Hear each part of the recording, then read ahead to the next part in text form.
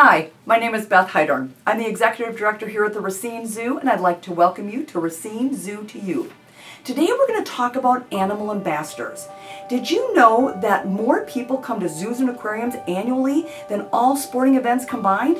What they're coming for is they're coming to make a connection to our wildlife, and our animal ambassadors are a great opportunity for us to get people up close and personal. So today we're going to find out why animals are so special and why we need to become stewards of the planet and take care of the animals, the planet, the wildlife, and all of the wild places that we happen to have. You're going to meet educators that are passionate about the animals that they take care of and are able to educate the public when they're here at the zoo and sometimes when they're off property. So sit back, relax, and enjoy the show today, and I think you're going to learn a lot and have a really good time. Thanks for watching. We always try to stay at the top of what we do here at the Racine Zoo. My name is Asia Summers. I'm our Conservation Education Manager, and I actually travel to conferences and communicate with people from around the country on how to take care of our ambassador animals as best as we can. And one of the biggest things that we've noticed across the board that's a major indicator of welfare is choice. And that's something that I've tried to implement into our program animals or our ambassador animals through what we do. Rather than just scooping up an animal and holding them when we go outside, we want to make sure that they are choosing to participate in our educational programs, that we ask them to go into a crate and we ask them to step out onto a program so that not only are they doing a good job and happy, but they can also choose not to go out on a program. So we're going to go check out some of those animals and see how we do that here at the Racine Zoo. Gumby is our laughing kookaburra that we have here at the Racine Zoo and is our main free-flighted bird that we use in our educational programming. Gumby has been with us for about 1.5 years, and he came to us from the Birmingham Zoo down in Alabama. He's been here for that 1.5 years, and since then he has been an amazing fast learner, and we are actually able to get him to voluntarily crate, just like we were just talking about, and bring him upstairs into our classroom where he flies over the heads of our kids, which is super exciting. This began as a very slow process, starting off with just getting him used to having us in his space while he's eating. That's typically the first stage of getting a bird adjusted and ready to go out on a program, to where he was comfortable and actually realizing that the food came from us and coming up to greet us. After that, when you're training an animal in voluntary crate training, we move into using a bridge. So for him, his bridge is a clicking sound with our tongue, kind of noise, and we give that sound at the second the animal did the thing that we asked them to do. So for a long time I just bridged with my tongue and gave him a piece of food so that he realized that that sound was a really good thing. And then we started working on our desired behaviors, the things that we were going to ask the kookaburra to do. It started as simple as just getting him to stand on my hand, take food from me, get a bridge, and go back. And at the beginning, that was all we were asking of him, and that was a tricky thing to do. It's scary when there's a huge person you've never met asking you to stand on their hand. But he got to the point where he was excited about that, jumped on our hands completely on his own, and we started adding in more and more complexity, asking him to fly from one perch to another in his enclosure, and then slowly getting him used to going into outside enclosures like our classroom, and even news studios and things like that. And he has just taken to it. Now that he's gotten used to everything and realized that it's not scary, actually enjoys going out on programs and meeting kids. Sometimes I see him fly really close to kids' heads and I think he enjoys watching their reactions. So that makes it a really fantastic chance for kids to get connected to animals. Something like a bird is something that a lot of people can actually be afraid of in the wild, and getting to see that they're not so scary can be a really effective education technique.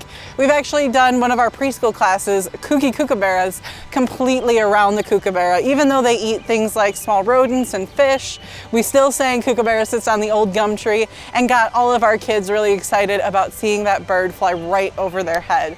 It also connects them to other animals that can be found in Australia, the kookaburra's native habitat, things like wombats, kangaroos, and emus, so that our kids want to go out and conserve those animals as well.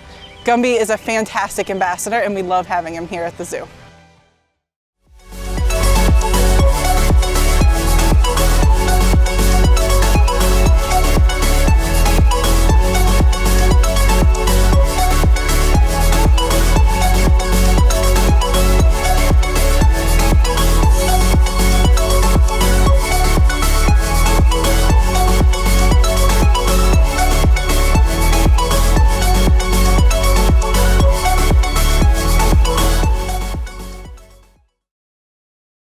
And this is Minnie. Minnie might be one of my favorite animals that we work with here at the zoo because he just has so much personality. He is incredibly food motivated and will do almost anything to get a tasty snack. Minnie is a striped skunk. And so striped skunks are yet another animal that are found here in Wisconsin. But one thing that we've learned about him is he really doesn't like being picked up or touched, which is really the case for a lot of small mammals. Just like in the wild, you really wouldn't want to be picked up. So we work really hard with him on voluntary crating, which he actually took to very, very fast. Because like I said, as long as there's food involved, he is there for it. I actually caught this guy once trying to dig into a garbage can. And that's unfortunately actually what happens with striped skunks in the wild quite a bit as well. A lot of people will think that an apple core or a banana peel is biodegradable litter, and they'll just toss it on the side of the road. Unfortunately, that means that a lot of our scavengers, like skunks, are then found on the side of the road, and that leads to a lot of incidents with cars. So that's one of the big messages that we talk about with Minnie here. One thing a lot of people notice about our skunk is his tail. So this skunk was actually another rescue. When he was young, he had a really bad infection on his tail and unfortunately wouldn't have made it without intervention, and that's why he came here to us at the Racine Zoo. So just like all the other mammals, we're gonna ask him to voluntarily crate. We're never gonna force our animals to do anything. And he is pretty solid about hopping right in that crate, good boy, and getting his tasty little apple slice, one of his favorites again. All foods are his favorite, as a reward.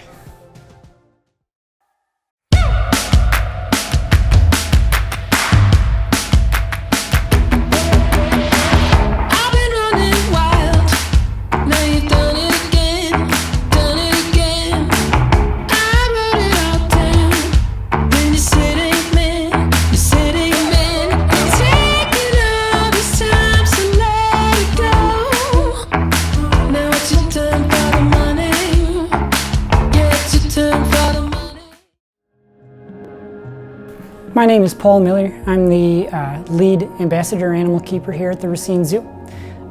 So Josephine Armadillo, when we received her, she did not like to be handled. We weren't able to hold her and allow guests to pet her.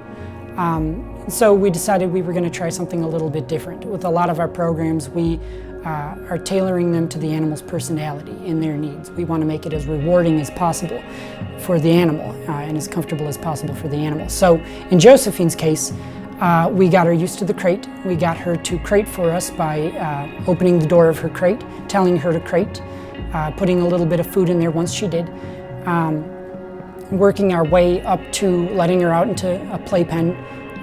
All of this is an attempt to get her closer to the guests, allow the guests to have a more personalized experience with her, while at the same time allowing her to be as comfortable as possible.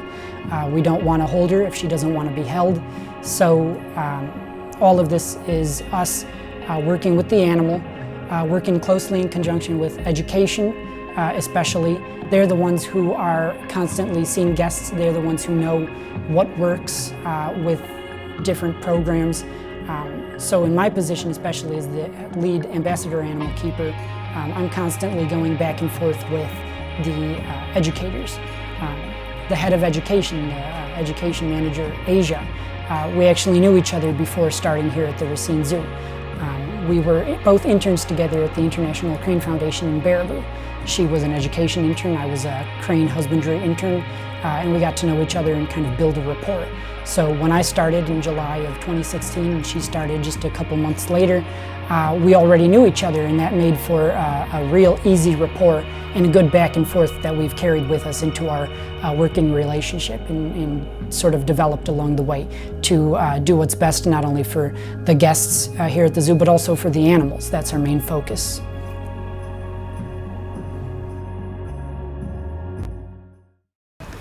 One of the most common questions that we get about our ambassador animals is, where do the animals come from? And the answer is actually quite a few different sources. Some of our animals are, and in fact the majority of our animals, are born at other zoos as part of breeding programs through what are called in the zoo world SSPs. An SSP is a species survival plan, and that helps us decide which animals are breeding with which, how many we're going to have, so that we never have so many animals that they don't have a home, but we still have enough animals moving around through our accredited partners around the US so that we have great populations to connect people to wildlife. But some of our animals, it would not be responsible to breed. Things that we have here at the zoo like chinchillas, rabbits, ferrets, hedgehogs, those animals are frequently kept as pets, and unfortunately not everyone does the research to make sure that they can take care of a pet through its entire lifespan. A lot of animals of species like this are sitting in animal shelters, so we actually have really great connections to some of our local animal shelters like the Milwaukee Humane Society, Racine Humane Society, and private rescues actually around the country to source those animals. If we decide that we think a chinchilla or a hedgehog is a great addition to our program, we wait for one with the temperament that we're looking for to get along with kids and the species we're looking for to add to our lesson plans and our educational programming comes into one of those rescues. For some animals like our chinchilla, that can take as many as, with our chinchillas, about 6 months before the right animal came in.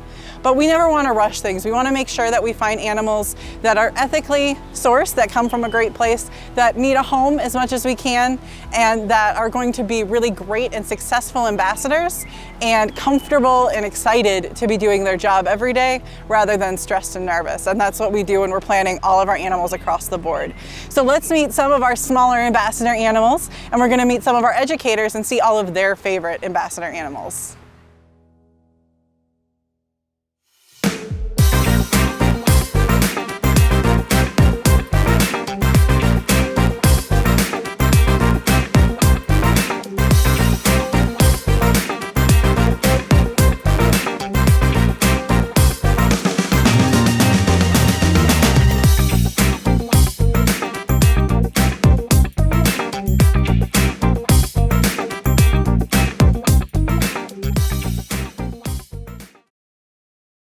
One of the most important parts of making sure that our ambassador animals are well cared for and have a positive experience is the people that work with them.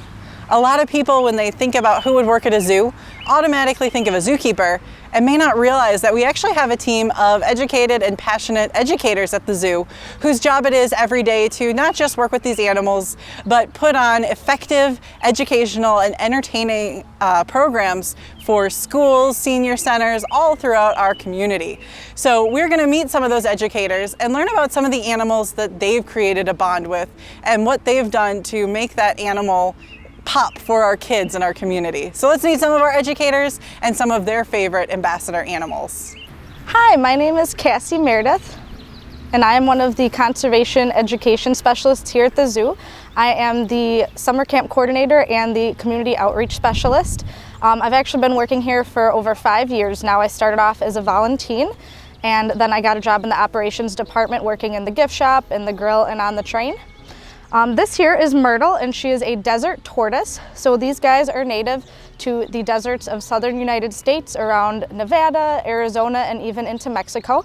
Myrtle here is 33 years old, but these tortoises can live to be 50 to 80 years old. They also love to eat, as you can see, she's eating some of the grass and flowers right now. In the deserts, they'll also eat cacti, as well as different types of plants that they can find, and occasionally insects as well. You can actually guess how old the tortoise is by counting the rings on their shell. Each little section is called a scute, and if you count the rings, kind of like the rings on a tree, you can get a guess about how old they are. But Myrtle here, since she was born at another zoo, we actually know her exact birth date, so we know that she is 33 years old. Some other really cool things is that, believe it or not, turtles' shells are made out of the same thing as our fingernails. It's called keratin.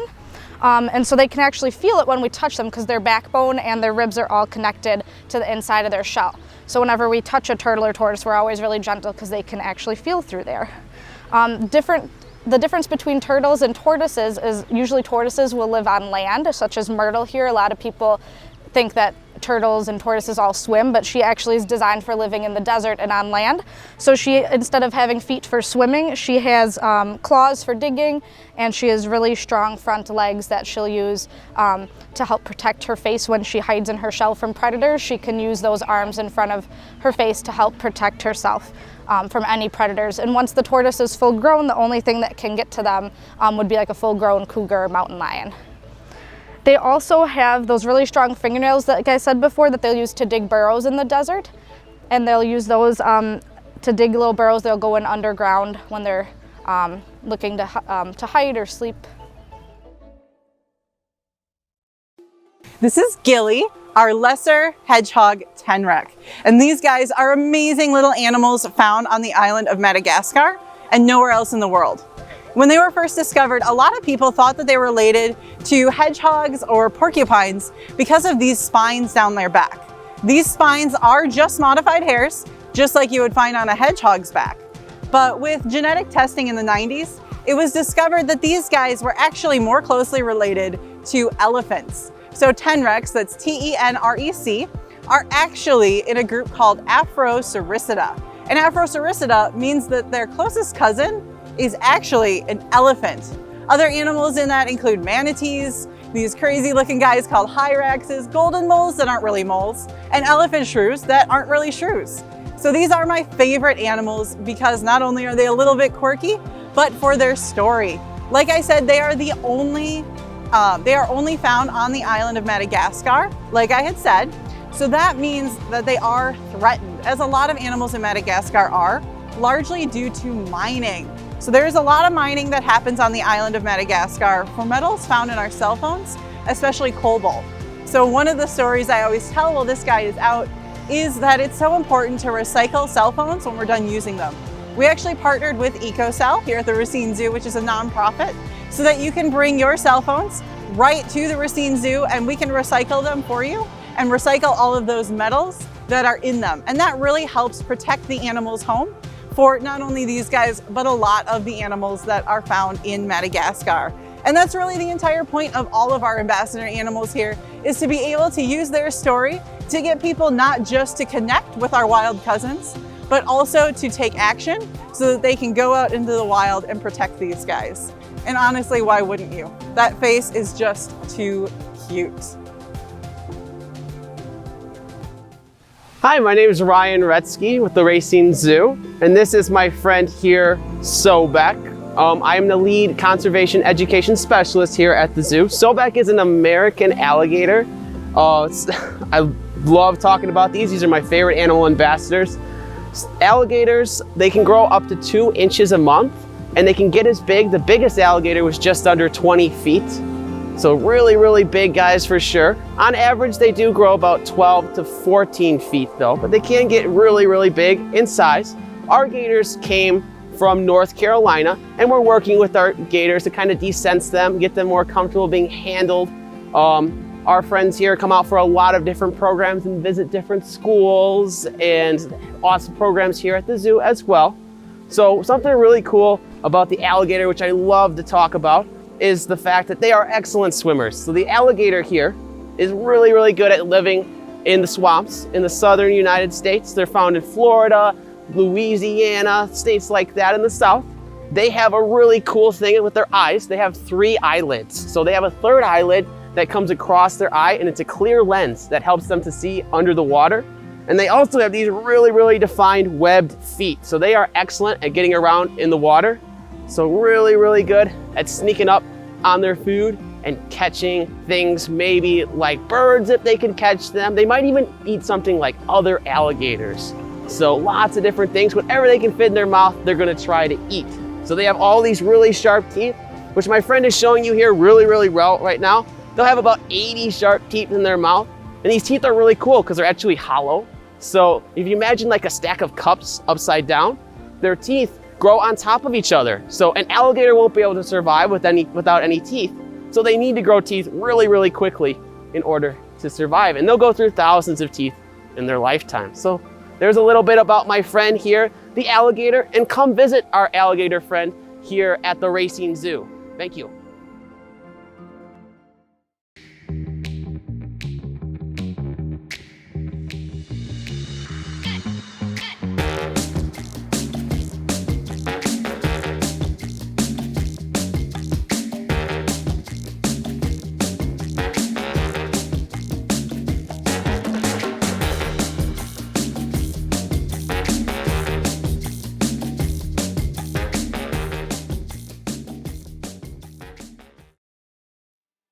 Another important part of collection planning with our ambassador animals is making sure that we have some of the animals that are less appreciated. While it's easy to connect guests to something like a kookaburra or a skunk, it can be harder for some of our less appreciated animals like a snake or a cockroach or a millipede.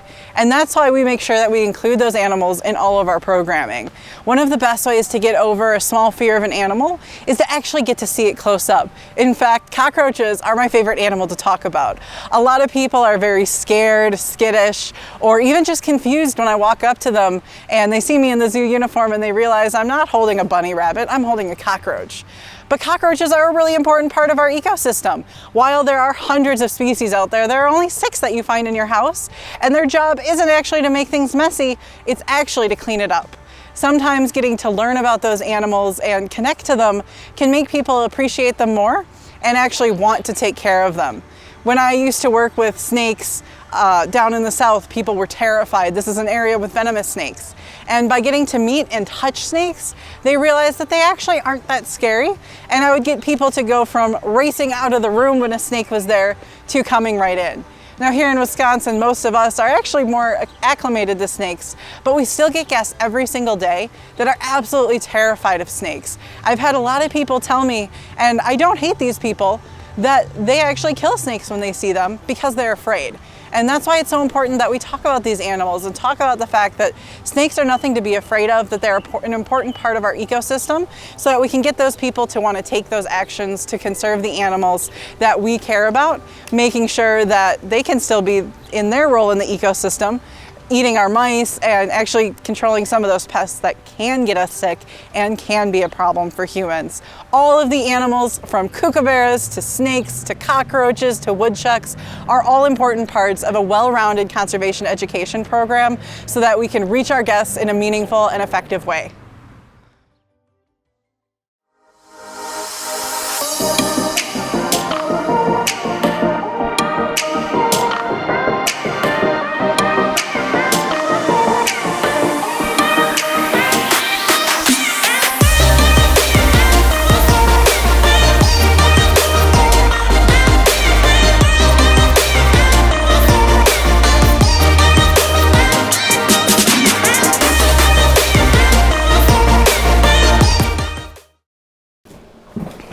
So this is our woodchuck, and her name is Sunny. And just like a lot of the other mammals that we have here at the Racine Zoo, everything she does is voluntary. So we'll bring her up to our classroom up here. We have some of our summer campers helping me out today. And it takes her a minute to get used to everything going on in the room before she'll come all the way out of that crate for us. So she wants to check it out, sniff around, decide if it's worth it, and then she comes all the way out.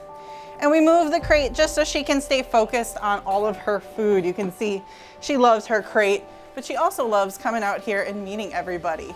Excuse me, Miss Sunny, would you like to eat some food? Good girl. She is a fantastic ambassador because Sunny is actually a native animal, so she can be found right here in Wisconsin. And we actually have wild woodchucks that are also found running around our zoo. She is super cool because she's actually a rescue. So she was found outside and wasn't able to survive on her own and ended up here with us. So we've started using her, getting her used to programs, training her to go into her crate like we saw downstairs and come out and meet all of our guests. And she just likes to walk around on this table, very food motivated, very interested in everything that she is doing. These guys are actually found on Groundhog's Day for a reason. A lot of people, when they first came over from Europe, thought that they were going to use hedgehogs. That's actually what they use on February 2nd in England. But they ended up using these guys instead because there weren't any hedgehogs here in the Americas. And that's where they actually got the name groundhog. They're also sometimes called woodchuck, or actually in the South called a monax.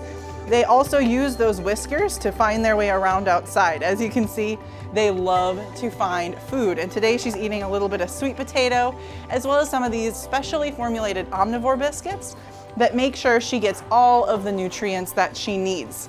These guys also dig huge tunnels outside, and they live in huge groups. So those tunnels help them make sure that they find enough food and that they can avoid predators. Great.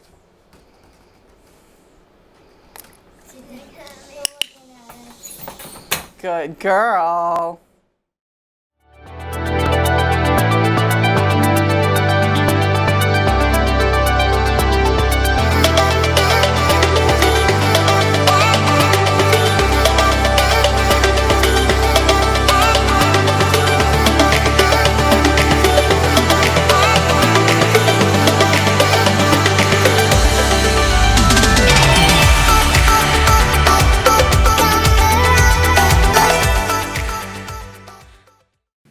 Zoos inspire lifelong learning and connections to wildlife and wild places. I hope that you enjoyed the show today. You saw the passionate staff that we have here dealing with the animals and taking care of those animals and making those connections to people. I encourage you to come out to the Racine Zoo and meet our animal ambassadors. In fact, come out to the zoo and see all the amazing creatures that we have here that we are so blessed to be able to take care of. The zoo is just north of downtown Racine at 2131 North Main. You can't beat a wonderful day at the zoo. You get to see our educators, our animal care staff, our animal ambassadors, and all the wonderful animals that we have here. Make that connection. Come become a steward of this wonderful planet. And we look forward to seeing you at the zoo, especially next time on Racine Zoo to You.